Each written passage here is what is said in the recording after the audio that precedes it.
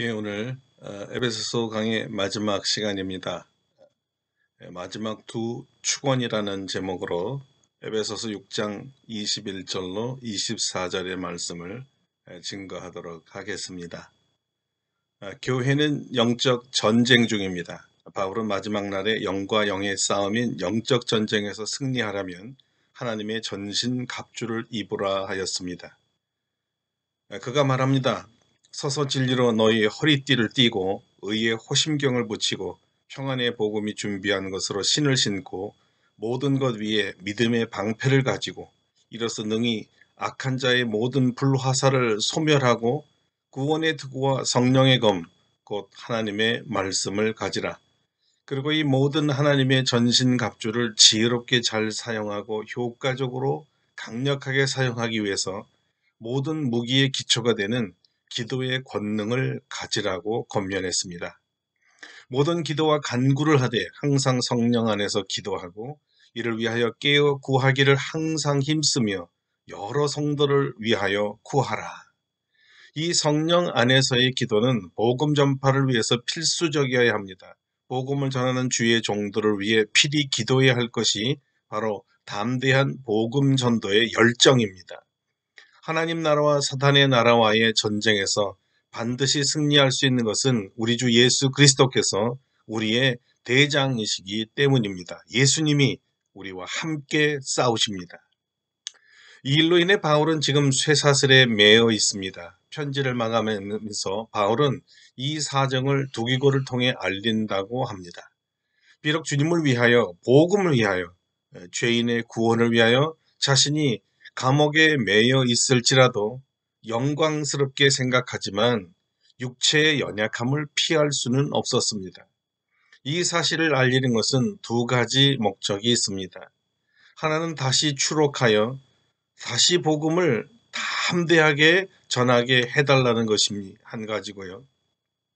다른 하나는 그때와 기한은 주님께 달려있으니 그때까지 조급하지 말고 참고 기다리면서 그동안 건강을 지켜달라는 기도입니다.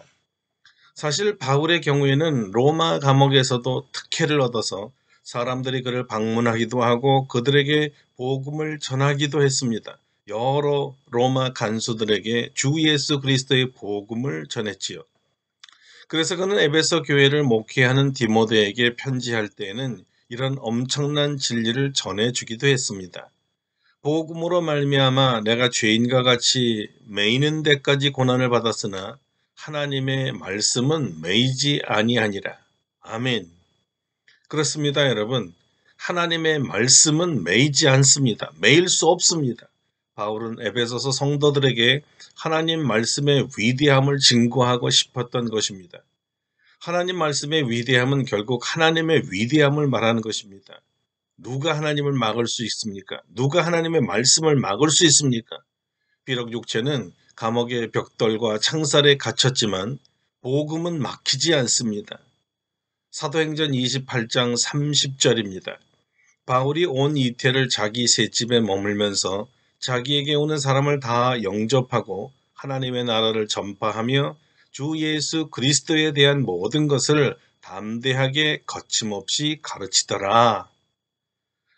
그러니 주님 나라 갈 때까지 교회와 성도들은 복음 전파에 전력을 쏟으라고 당부한 것입니다. 오늘날 팬데믹 시대에는 마치 창살 없는 감옥과도 같습니다. 그렇다면 우리의 몸이 갇혀 있는 것처럼 보인다고 해도 과연 하나님의 말씀도 갇혀 있을까요? 이 시대에는 하나님의 말씀이 전파될 수 없나요? 그렇지 않습니다. 하나님께서는 지금도 일하고 계십니다. 여전히 하나님의 구원을 바라는 절규하는 사람들이 더 많아졌습니다.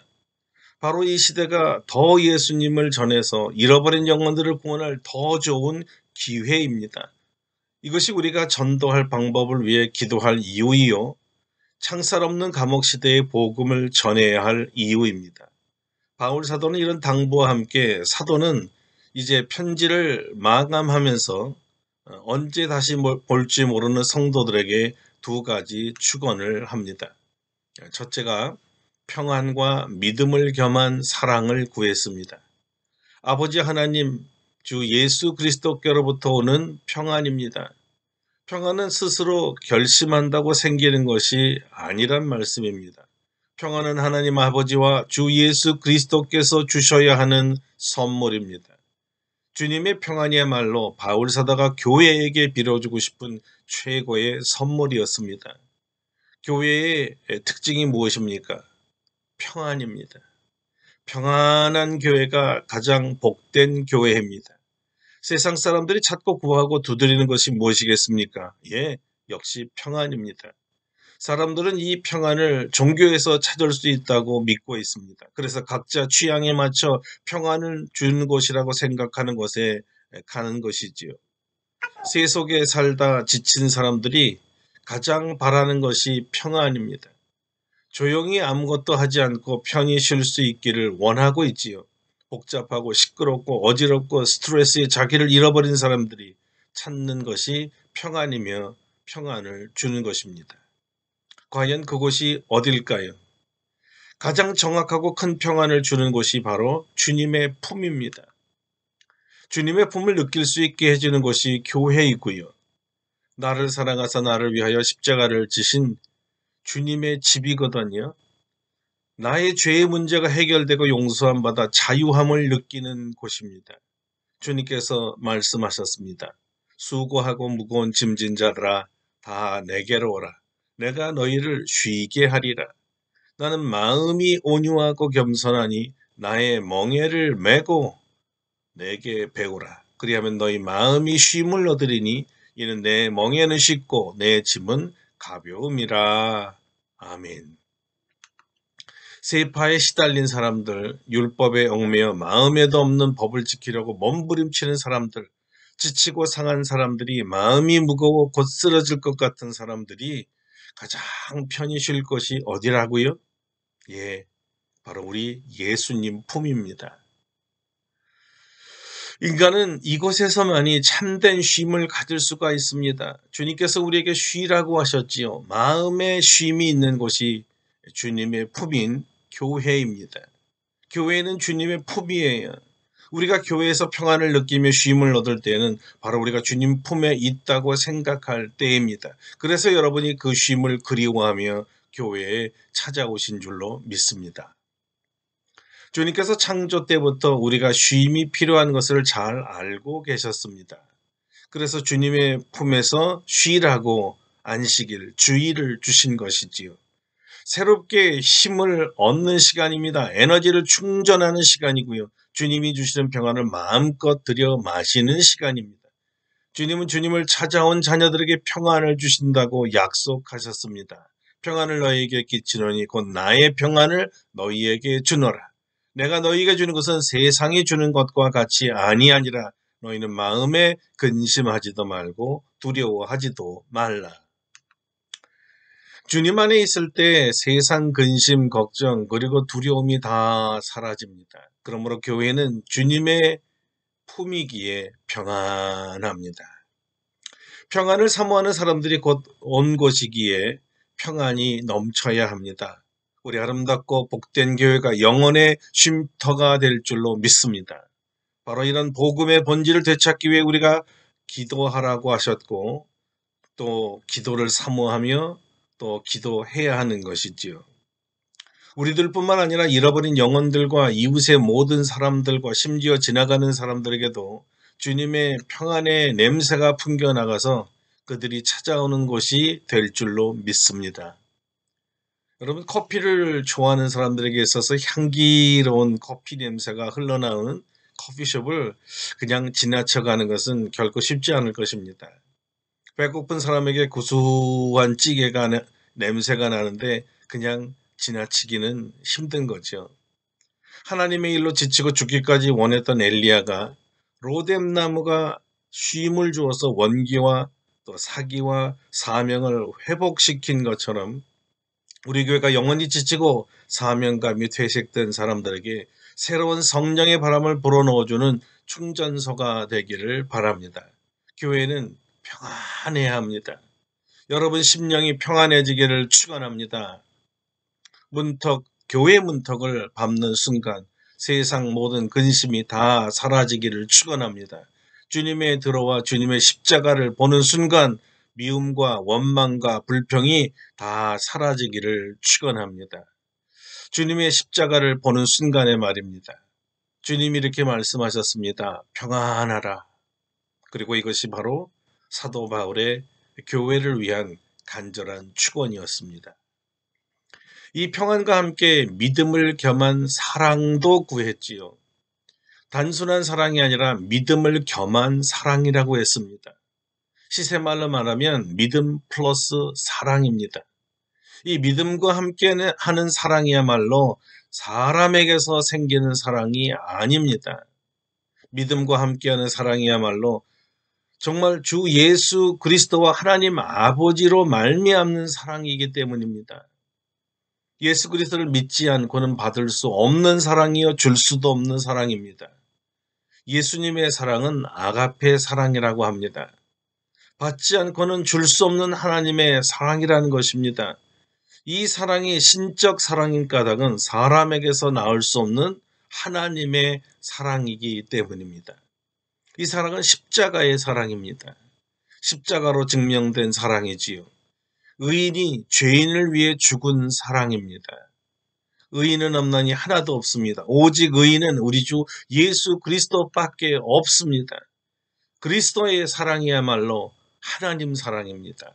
이 사랑은 그리스도가 자신을 위해 죽은 것을 믿은 사람에게 부어지는 사랑입니다. 그래서 믿음을 겸한 사랑이라고 한 것입니다. 바울은 이 사랑만이 그리스도인이 그리스도인답게 살 수 있기에 마지막으로 에베소 성도들이 이 사랑을 간직할 수 있도록 축원한 것입니다. 이 사랑이 강권할 때에만 주님을 위해서 살 수 있습니다.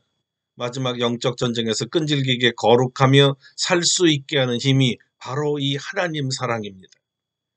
바울은 이 강권하는 사랑이 임할 때 우리도 주님처럼 살 수 있다고 했습니다.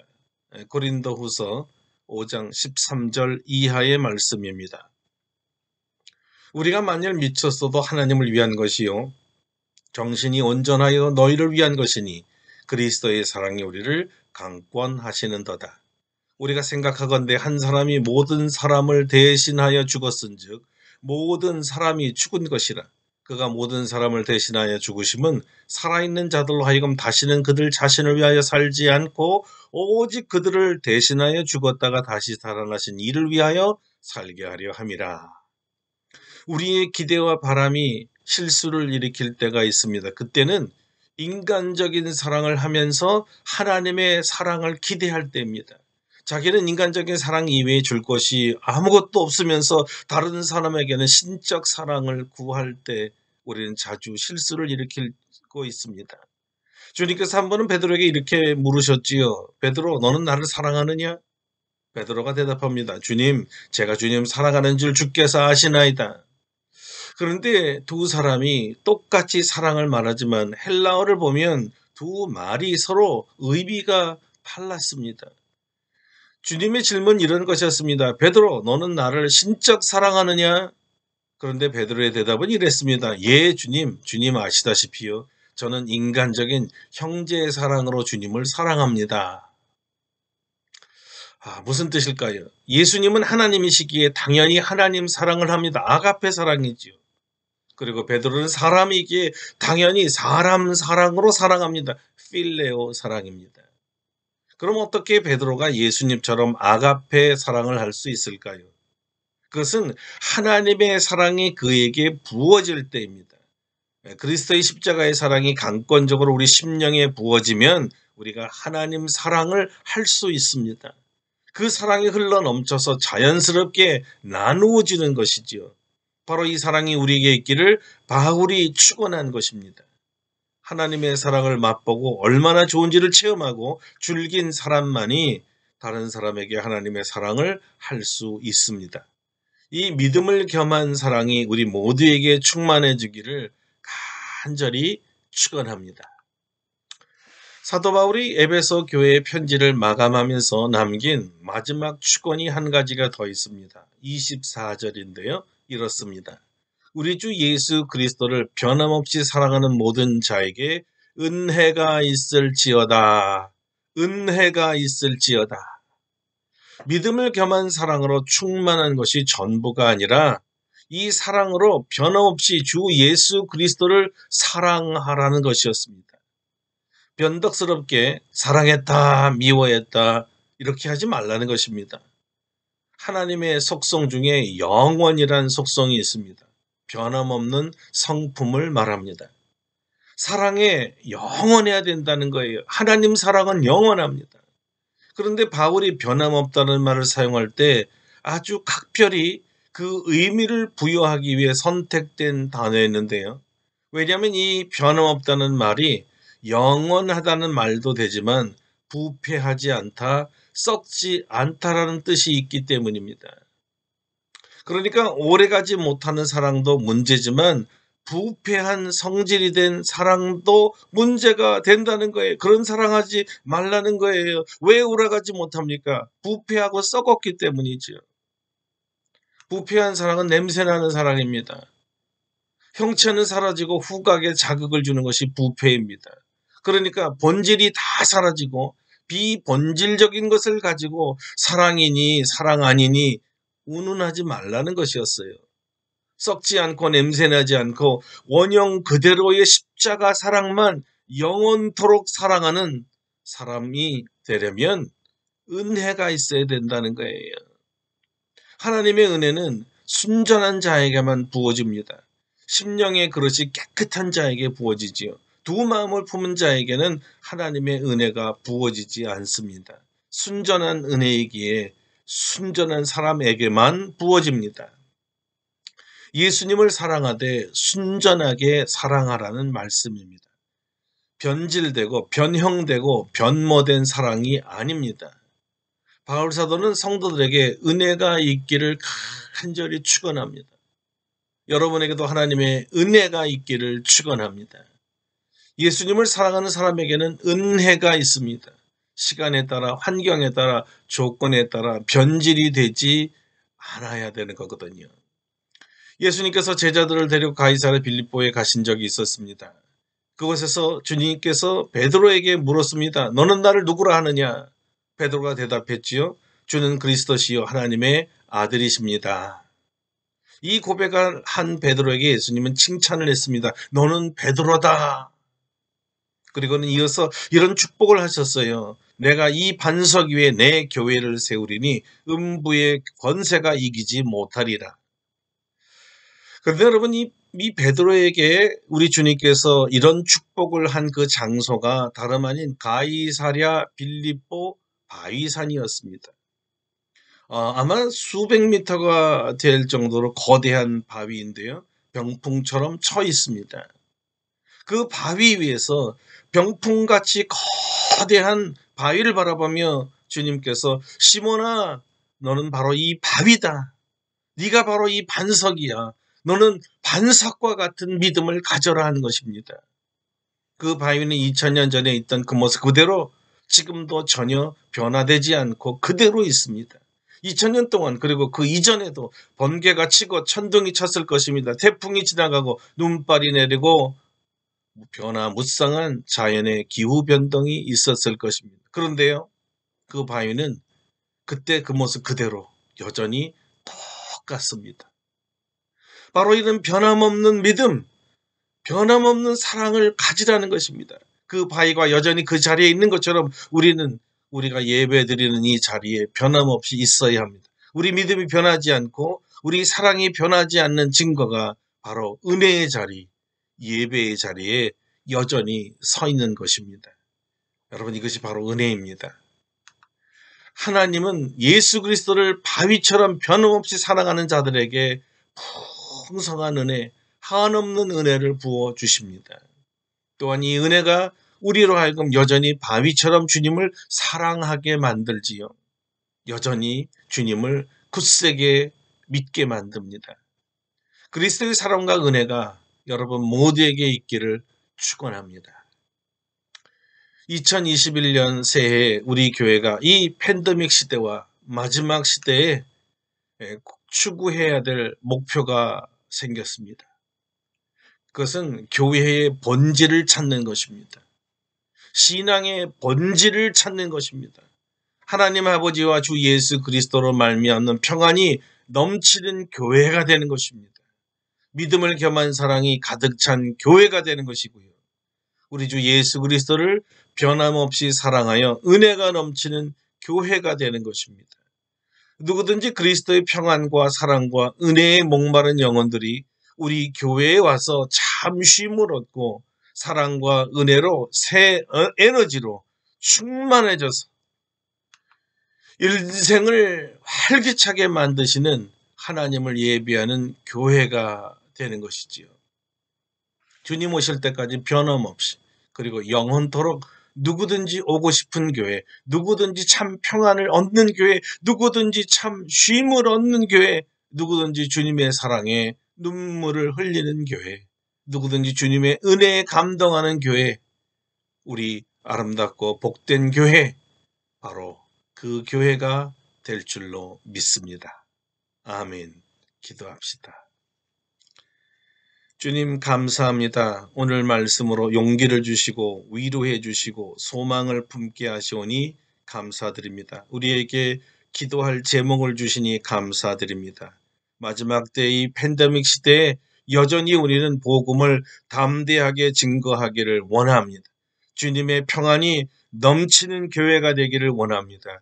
믿음으로 겸한 사랑이 충만한 교회가 되기를 원합니다. 주님의 은혜가 풍성한 교회가 되기를 원합니다. 교회의 본질을 구하는 교회가 되기를 원합니다. 모든 영혼이 아름답고 복된 교회를 찾아와 여기서 주님을 만나고 주님의 품에 안기고 참된 평안과 믿음과 사랑을 얻어 은혜 중에 마지막까지 승리할 수 있는 이런 교회가 되기를 원합니다. 주여 우리 성도와 교회를 축복하여 주시고 주님이 애정 가운데 우리 교회에 보내주실 모든 영혼들을 축복하여 주시옵소서. 우리 주 예수 그리스도의 이름으로 감사 기도드립니다. 아멘. 예, 할렐루야. 주님께 감사와 영광을 돌립니다. 이로써 오늘까지 에베소서 강해는 다 마치고 새해는 새 말씀으로 여러분에게 증거하려고 합니다. 오늘 말씀대로 이 팬데믹 시대에 우리 교회가 본질을 구하는 교회, 그래서 평안이 가득하고 또 믿음과 사랑이 넘치고 은혜가 넘치는 교회가 되어서 끝까지 변함없는 사랑으로 주 예수 그리스도를 담대하게 선포하는 교회가 되게 여러분 기도하셔야 될 것입니다. 우리 교회를 사용하실 것입니다. 여러분을 사용하실 것입니다. 이 시간에도 불안하여 주님을 찾는 영혼들을 만나게 해주시고 그들에게 복음을 전하게 하시고 그들을 구원하는 역사로 우리를 사용하게 해달라고 우리 다 같이 기도하는 저가 여러분 되기를 바랍니다. 그러면 평안히 계시다가 주일날 다시 뵙도록 하겠습니다. 평안하십시오.